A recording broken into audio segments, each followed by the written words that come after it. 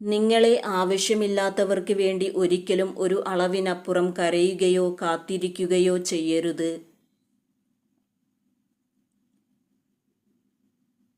സ്നേഹം അഭിനയിക്കുന്നവർക്ക് മടുപ്പ് കൂടി വരും.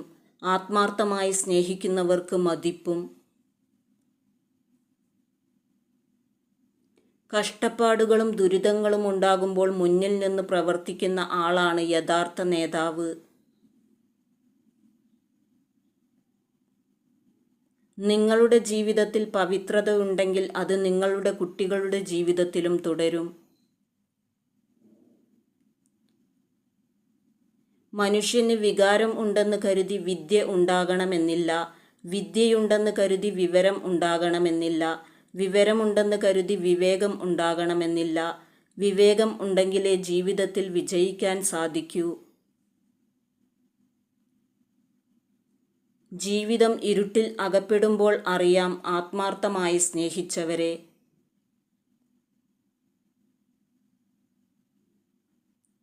മടിയന്മാരുടെ പ്രവൃത്തി ദിവസവും മൂഢന്മാരുടെ പ്രവൃത്തി ദിവസവും എന്നും നാളെയായിരിക്കും. നിങ്ങൾക്ക് വിജയിക്കണമെങ്കിൽ നിങ്ങളുടെ വഴിയിലെ തടസ്സങ്ങൾ മറികടക്കാൻ നിങ്ങൾക്ക് അറിഞ്ഞിരിക്കണം.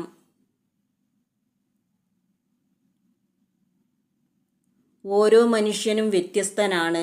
ഈ തിരിച്ചറിവുണ്ടായാൽ തന്നെ ഒരുപാട് പ്രശ്നങ്ങൾക്ക് പരിഹാരമാകും. ഒരു പഴം സ്വയം പഴുക്കുമ്പോഴാണ് അതിൻ്റെ മധുരം ഏറുക, അതല്ലാതെ പഴുപ്പിച്ച് എടുക്കുമ്പോഴല്ല. അതുപോലെയാണ് സ്നേഹവും. മനസ്സറിഞ്ഞു നേടുമ്പോഴാണ് അതിന് മധുരം ഏറുക, പിടിച്ചു വാങ്ങുമ്പോഴല്ല. ഒരു നുണ കൊണ്ട് താൽക്കാലികമായി ആശ്വസിപ്പിക്കുന്നതിനേക്കാൾ എത്രയോ ഭേദം സത്യത്താൽ വേദനിപ്പിക്കുന്നത് തന്നെയാണ്.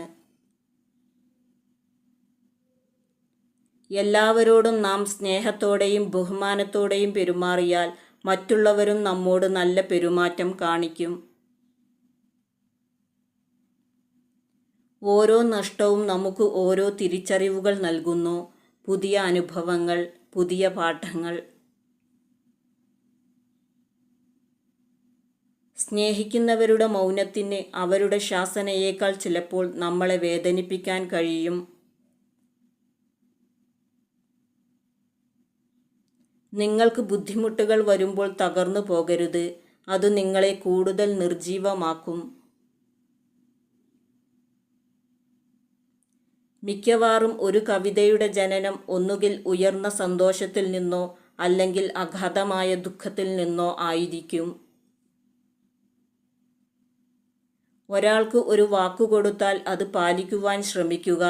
കാരണം വിശ്വാസം നേടിയെടുക്കാൻ ഏറ്റവും നല്ല മാർഗം പറഞ്ഞ വാക്ക് പാലിക്കുക എന്നതാണ്. എപ്പോഴും മരണത്തെക്കുറിച്ച് മാത്രം ചിന്തിക്കുന്നവൻ മുന്നോട്ടുള്ള ജീവിതത്തെക്കുറിച്ച് ഉറപ്പില്ലാത്തവൻ ആകുന്നു. സ്നേഹിക്കാത്ത പങ്കാളി പെട്ടെന്ന് സ്നേഹിച്ചു തുടങ്ങുകയാണെങ്കിൽ അതിനു 2 കാരണങ്ങളേ ഉള്ളൂ.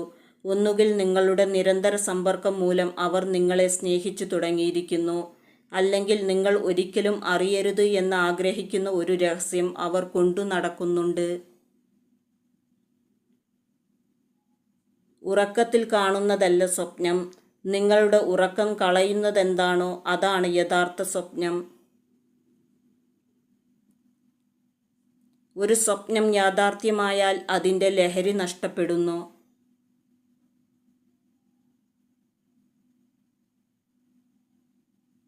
പുറംഭംഗി മാത്രം നോക്കി ഒന്നിനെയും സ്നേഹിക്കാതിരിക്കുക.